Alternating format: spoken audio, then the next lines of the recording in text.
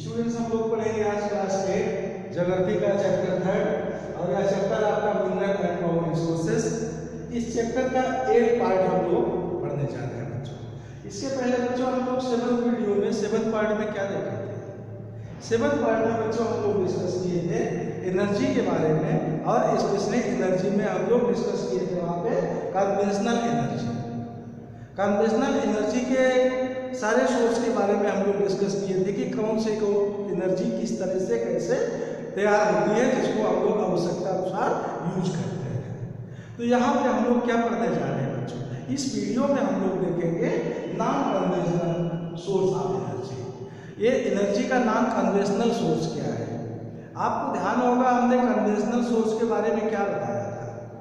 इस तरह का सिस्टम, इस तरह की एनर्जी या इस तरह का यूज करने का सिस्टम जो हम लोग कंटिन्यू काफ़ी दिन से, काफ़ी समय से यूज कर रहे हैं, that are called as conventional energy, conventional source of energy. अब यहाँ पे क्या होगा? यहाँ पे वहाँ पे कन्वेंशनल था, यहाँ पे नॉन कन्वेंशनल है। That means opposite of that matter, यहाँ नॉन कन्वेंशनल। इसका मतलब क्या है कि हम लोग अभी अभी नए कुछ समय से इसको इन्वेस्टिगेट किए हैं। नया सिस्टम, नया टेक्नोलॉजी हम लोग को बताया है कि किस तरह से इस एनर्जी को हम लोग कैसे यूज करेंगे। तो इसमें हम लोग क्या क्या देखेंगे बच्चों? इसमें हम लोग देखेंगे solar energy, wind energy, nuclear energy and geothermal energy. तो non conventional source of energy का और एनर्जी टाइप्स हम लोग इस वीडियो में डिस्कस करने जा रहे हैं। तो हम लोग देखिए शुरू करते हैं। सबसे पहले आपका सोलर एनर्जी। तो सोलर एनर्जी बच्चों क्या है? Sun rays. सोलर एनर्जी का सबसे बड़ा सोर्स क्या है? Sun rays. सन से ही तो सारे एनर्जी हम लोग को प्राप्त होती है। देखिए, sun's heat and light energy is use. Solar energy में क्या होता है? सन्स की हीट एंड लाइट को यूज किया जाता है एनर्जी के रूप में कन्वर्ट करके। कैसे? Solar cells produce energy. आप लोग बुक ओपन करिए जरा, बुक में आपके समझ में और अच्छी तरह आएगा। बुक में इसके बारे में बताया गया है बच्चों। आप बुक में देखिए, बुक में सोलर एनर्जी किस तरह से कैसे कन्वर्ट होती है, किस प्लेस पे कन्वर्ट होती है, इसको आपको बताया गया। आप ओपन करिए पेज 34। पेज 34 पे आप देखिए solar panels to track solar energy बताया गया। इसका मतलब क्या है? देखिए ये है बच्चों, ये सोलर एनर्जी में आप देखिए पैनल्स लगे होते हैं, सोलर सेल। और ये सोलर सेल क्या करते हैं?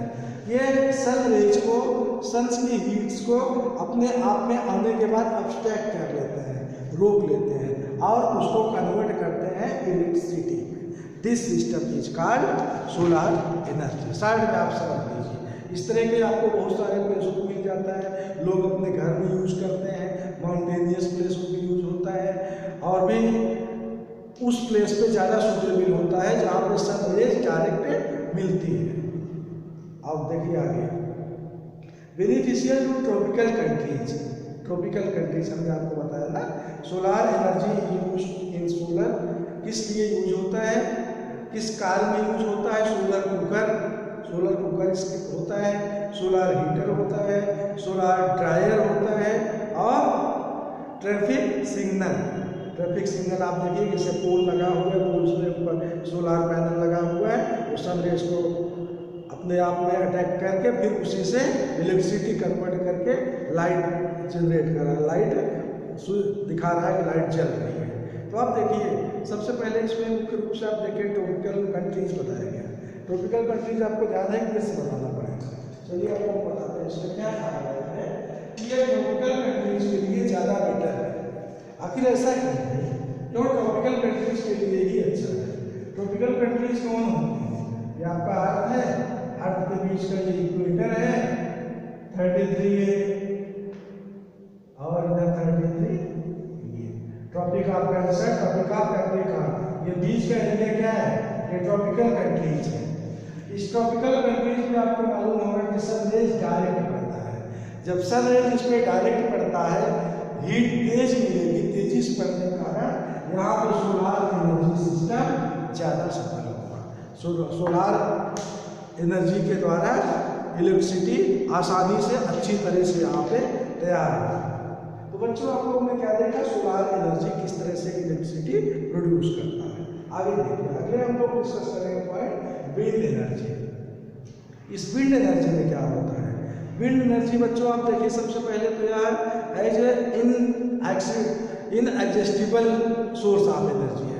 इनएडजस्टेबल क्यों? तो इनएडजस्टेबल तो आपका सोलर एनर्जी भी है, क्योंकि सन रेज कभी खत्म नहीं होने वाली है, और जिस तरह से विंड कभी नहीं खत्म होने वाली है, विंड भी हमेशा आपको मिलेगी। तो इसमें कैसे क्या होता है बच्चों, विंड एनर्जी में inexhaustible source of energy, wind energy हमने आपको बताया।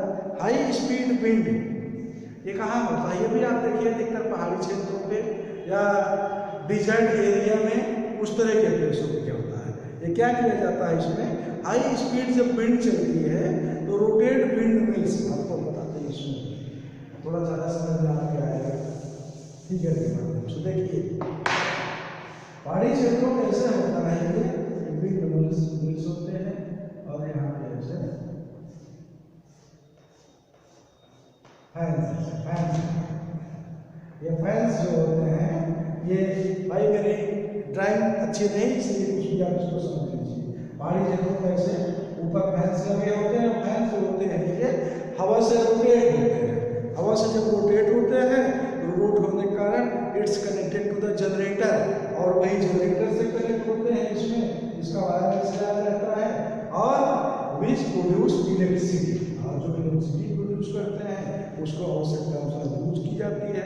Mainly located in the coastal and mountainous area. Coastal area, coastal area में क्योंकि वहाँ क्या होता है, काफ़ी हद तक सूखा प्लेस होता है या पैरेलल प्लेस होता है, प्लेन होता है, प्लेन के कारण वहाँ विंड मिल्स ज़्यादा चलती है, या माउंटेन प्लेस में भी विंड मिल जहाँ ज़्यादा होती है, आसानी से इलेक्ट्रिसिटी आपकी नहीं वहाँ पहुँच पाती, तो इसलिए वहाँ पे इस इलेक्ट्रिसिटी का भी प्रयोग होता है। चलिए आगे हम लोग देखते हैं बच्चों न्यूक्लियर एनर्जी। न्यूक्लियर एनर्जी का क्या प्रोसेस है? आप कहेंगे अरे सर न्यूक्लियर बम वगैरह होता है, न्यूक्लियर बम नहीं, न्यूक्लियर एनर्जी भी होती है। देखिए क्या इसमें होता है, energy produced from the nuclear of item. Item आपको पता है, साइंस में आप पढ़े आइटम का मॉलिक्यूल्स होता है, और उस मॉलिक्यूल में मुख्य रूप से क्या होता है, uranium and thorium. Uranium and thorium से undergoes fissions and produces power seeds. अब आप देखिए which use to generate electricity. तो इसमें क्या होता है, यूरेनियम एंड थोरियम के मॉलिक्यूल से बार बार अलग अलग टुकड़े में अलग होते जाते हैं, और उसी के मॉलिक्यूल्स अलग होने के कारण उसके हीट प्रोड्यूस होने से, हीट से ही इलेक्ट्रिसिटी या इलेक्ट्रिसिटी को जनरेट किया जाता है। हीट से इलेक्ट्रिसिटी कैसे जनरेट होती है, हीट से वाटर वेपर बनेगा, वाटर वेपर से ही आपको पता है, पीछे हमने डिस्कस किया है वाटर वेपर से किस तरह से उसे आप समझते हैं। वाटर वेपर से आप देखिए स्टीम इंजन क्या कैसे था, सेम एज प्रोसेस यहाँ पे भी होगा। वाटर वेपर से ही इस तरह से इलेक्ट्रिसिटी को कैसे जनरेट कर लिया जाएगा, उसी से ही जनरेटर में उस वाटर वेपर को फिर उसके द्वारा इलेक्ट्रिसिटी। तो इसका मुख्य प्लेस क्या है, क्रिएटर कौन कौन से ऐसे ग्रेटेस्ट प्रोड्यूसर हैं इससे, इसके ग्रेटेस्ट प्रोड्यूसर हैं न्यूक्लियर एनर्जी के यूएसए, यूरोप, और इंडिया में कौन कौन से प्लेस है, nuclear power station in India आता है कलपक्कम, कहाँ पे है, तमिलनाडु में, और तारापुर ये महाराष्ट्र। तो यह ऐसे प्लेस है जहाँ पे न्यूक्लियर एनर्जी को मूल रूप से तैयार किया जाता है। अब इसके बाद हम लोग का क्या बच रहा है, इसके बाद हम लोग का अगला कन्वेंशनल सोर्स ऑफ एनर्जी है जियोथर्मल एनर्जी। जियोथर्मल एनर्जी के बाद स्टेडल एनर्जी और बायोगैस। तो जियोथर्मल एनर्जी हम लोग समझते हैं। जियोथर्मल एनर्जी क्या होती है, जियोथर्मल क्या है, जियो मीन्स जियो सिम रिलायंस का, नो, जियो मीन्स अर्थ आपका होता है, अर्थ के हीटनेस से तैयार की गई एनर्जी को जियोथर्मल एनर्जी कहते हैं। कैसे होता है अर्थ की हीटनेस, आपको पता है अर्थ के नीचे बहुत हीट है, कन्वेंशनल करंट आपको मिलता है, कन्वेंशनल करंट के कारण अर्थ में एक और वोल्केनो आता है, उस एनर्जी को यूज किया जाता है इलेक्ट्रिसिटी प्रोड्यूस करने में, उस सिस्टम को, उस प्रोसेस को जियोथर्मल एनर्जी कहते हैं। कैसे? Heat energy obtained from earth is called, heat energy अर्थ से जो प्राप्त की जाती है उसी को बोला जाता है जियोथर्मल एनर्जी। कैसे? The temperature in the interior of the earth rises steadily as we go deeper. जितना ही आप लोग अर्थ के अंदर हम घुसते जाएंगे, आप घुसते जाओगे किसी सिस्टम के द्वारा, किसी टेक्नोलॉजी के द्वारा, वहाँ अर्थ का टेम्परेचर काफ़ी अधिक होता है। ये आपको पता है, अर्थ का टेम्परेचर इंटरनल साइड में अधिक होने के कारण ही वोल्केनो, अर्थक्वेक और भी डिफरेंट टाइप के अर्थ से रिलेटेड डिजास्टर आते हैं। तो समटाइम्स दिस हीट एनर्जी में surface itself in the form of hot springs. तो कभी कभी क्या होता है, उस कंडीशन, इस स्थिति के कारण या इंटरनल साइड की हीटनेस जो होती है, अर्थ के अंदर की हीटनेस बाहर आती है। कैसे? अंदर हीटनेस है तो बाहर तो आएगी, या वोल्केनो के रूप में, या अर्थक्वेक के रूप में, या आप पीछे भी कई जगह पर लैंडस्लाइड होता है। तो ऐसा क्या होता है, कहीं कहीं पर जैसे वाटर बॉडी कोई है, माउंटेन प्लेस पे या इस तरह की किसी वाटर बॉडी वाली प्लेस पे ही नीचे से ये हीटनेस बाहर आने के कारण, क्योंकि ये अब क्रैक होगा, और क्रैक होने के कारण हीटनेस बाहर हो जाएगी, यह वार्म हो जाएगा, या वार्म हो जाएगा। और इसी वार्म के द्वारा, इसी हीटनेस के द्वारा ही हम इलेक्ट्रिसिटी तैयार की जाती है। इलेक्ट्रिसिटी तैयार का वही प्रोसेस, हीटनेस से, वार्म से, इवोपरेशन से, उसके इवोपरेट से व्यवस्था बनाई रखी रहेगी, डायनेमो जनरेटर, फिर उसी से इलेक्ट्रिसिटी तैयार की जाएगी। It uses for producing electricity. इसका कौन कौन सा सेक्टर है, कौन प्रोड्यूसर प्लेस कौन क्या क्या है इसका?